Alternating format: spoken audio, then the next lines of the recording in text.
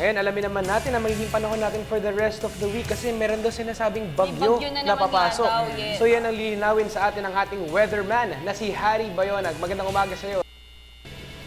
Magandang umaga rin sa Sandro. Good morning Pilipinas. Good morning boss. Mga kababayan, isang panibagong tropical depression ang ating sinalubong ngayong araw ng Martes. At upang bigyan tayo ng ideya hinggil sa mga dapat asahan sa lagay ng ating panahon, makakasama po natin si Pag-asa weather forecaster Alvin Pura. Good morning Mr. Pura. Magandang umaga sa iyo, Harry, at magandang umaga rin sa inyong mga viewers.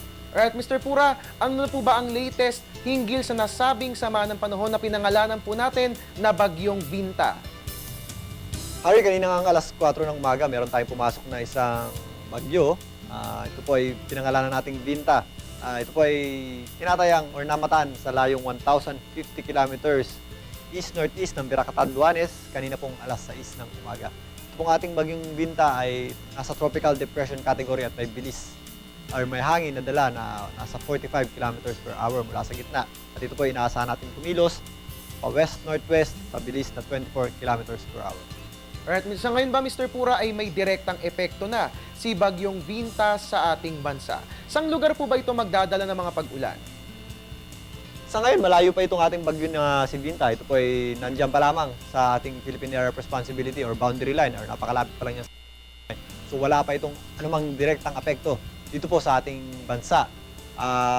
Buong bansa natin po ay magiging maaliwalas ang ating panahon sa buong maghapon at kung may mga pag-ulan tayo dito po sa Visayas at Mindanao, mga localized thunderstorms lamang po yan. At dito naman sa medyo mataas or sa Northern Luzon ay mga light passing rains lamang po yan dahil meron pa tayong pinatawag na Northeast Monsoon or amihan. Yung ating bagyong Binta ay posible pong maglandfall dahil nga po meron na po tayong tinatawag na Northeast Monsoon. At yan po ang tumutulak sa mga bagyo natin pababa at pag buwan po ng October at November ay may chance po talaga na maglandfall ang ating mga bagyo dahil doon sa ating amihan. Sa ngayon, inaasahan po natin yan na tumama sa kalupaan at posible po sa darating na Huwebes ng umaga ay magdala po ito ng pag-ulan. Dito po yan sa Central Luzon at dito rin po sa area po ng Northern Luzon. Alright, Mr. Pura, sa ngayon ba'y inaasahan pa natin na tuluyan ng lalakas itong si Tropical Depression Binta bilang isang tropical storm at nakikita nga po ba natin ang pagtataas ng public storm warning signals? Yes, Harry, posible po itong lumakas pa dahil nasa dagat pa po ito at meron pa itong dadaan ng karagatan upang bago maglandfall or bago magka-interaction po sa ating kalupaan.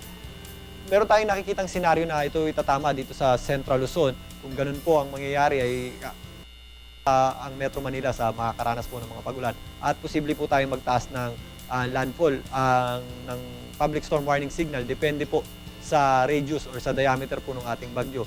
At meron pa tayong isang nakikitang senaryo kung bibigay naman po yung ating northeast monsoon or mas hihina pa yung ating amihan, ay posible po na dito naman sa area po ng Isabela or eastern section po ng Northern Luzon ang ating patama or ang ating palandfall ng ating bagyong si Binta. Kung ganun pong mangyari, ang ating public storm warning signal ay may-concentrate naman dito po sa area ng Northern Luzon or dyan po sa Isabela, Aurora area.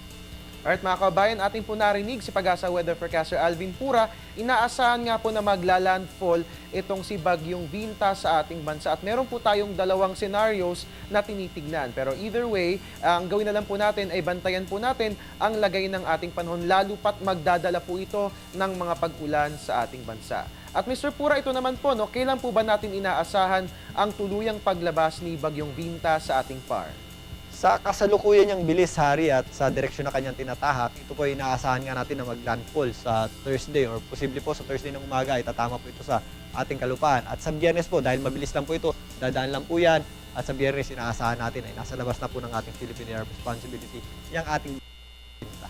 Alright mga kababayan, pagkatama nga po nito ni bagyong Binta by Thursday, inaasahang by Friday ay makalalabas na rin po ito ng Philippine Area of Responsibility.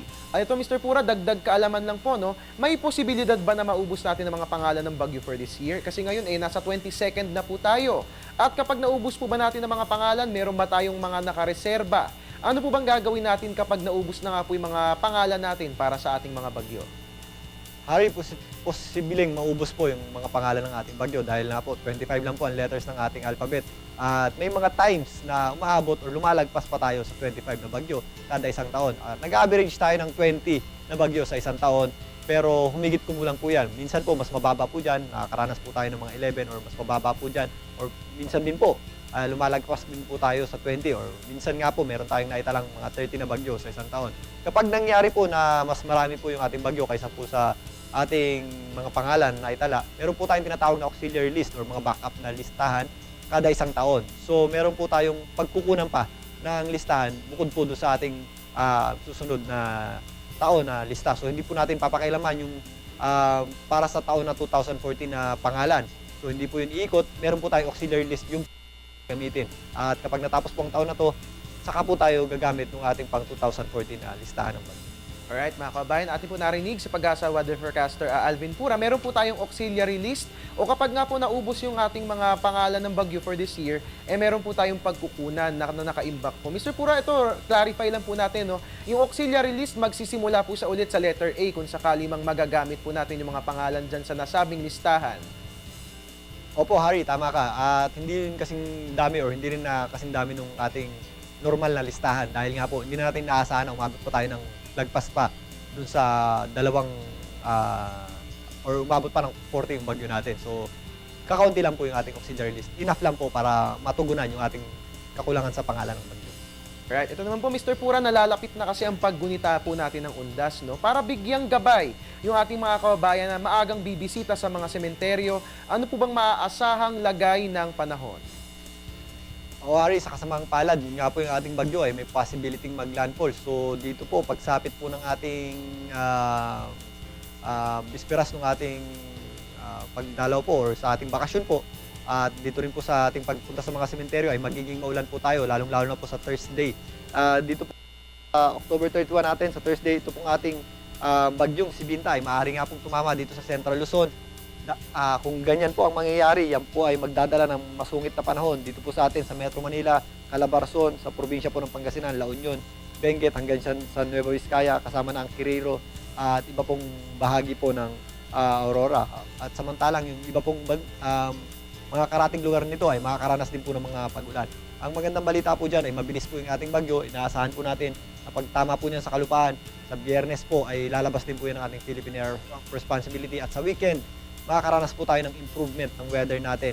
At actually, bago pa rin tumama yung ating bagyo sa mga araw na ito at hanggang bukas ay maaliwalas pa rin po ang ating mararanasang panahon sa malaking bahagi po ng Luzon.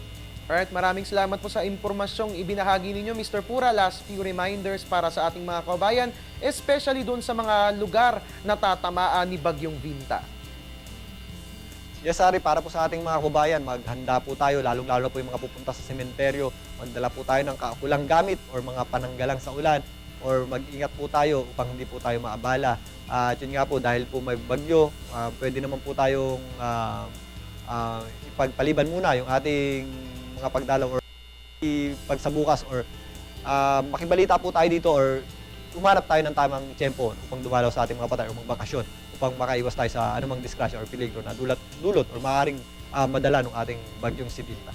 Alright, maraming salamat Mr. Pura at mga kababayan. Atin nga pong nakapanayam si Pag-asa weather forecaster Alvin Pura at siya'y nagbigay sa atin ng update hinggil sa latest kay Bagyong Binta. Alright mga kababayan, just to make things clear, sa ngayon nga po ipumasok na po si Tropical Depression Binta sa ating bansa pero ang good news, wala pa naman itong direktang epekto sa alinmang bahagi ng ating bansa. Pero just the same, continuous monitoring ang dapat nating gawin hinggil sa lagay ng ating panahon. At mga kababayan, yan nga po muna ang latest sa Pag-asa DOST. Ang tabayanan po ang susunod kong ulat panahon mamayang 8:30. Dito lamang po yan sa GMB Balita sa Telebisyon ng Bayan. At your service ang inyong weatherman, Ari Bayon, na nagpapaalalang tiwala lang, may tamang panahon ang bawat pagkakataon. Ngayon naman mga kababayan, balikan po natin ang mga nagwagwapuhan at nagaganda nating barkada. Diyan po yan sa studio. Maraming salamat sa iyo. Gwapong-gwapo. Talagang Ari ang Bayon. bulahan ngayong umaga.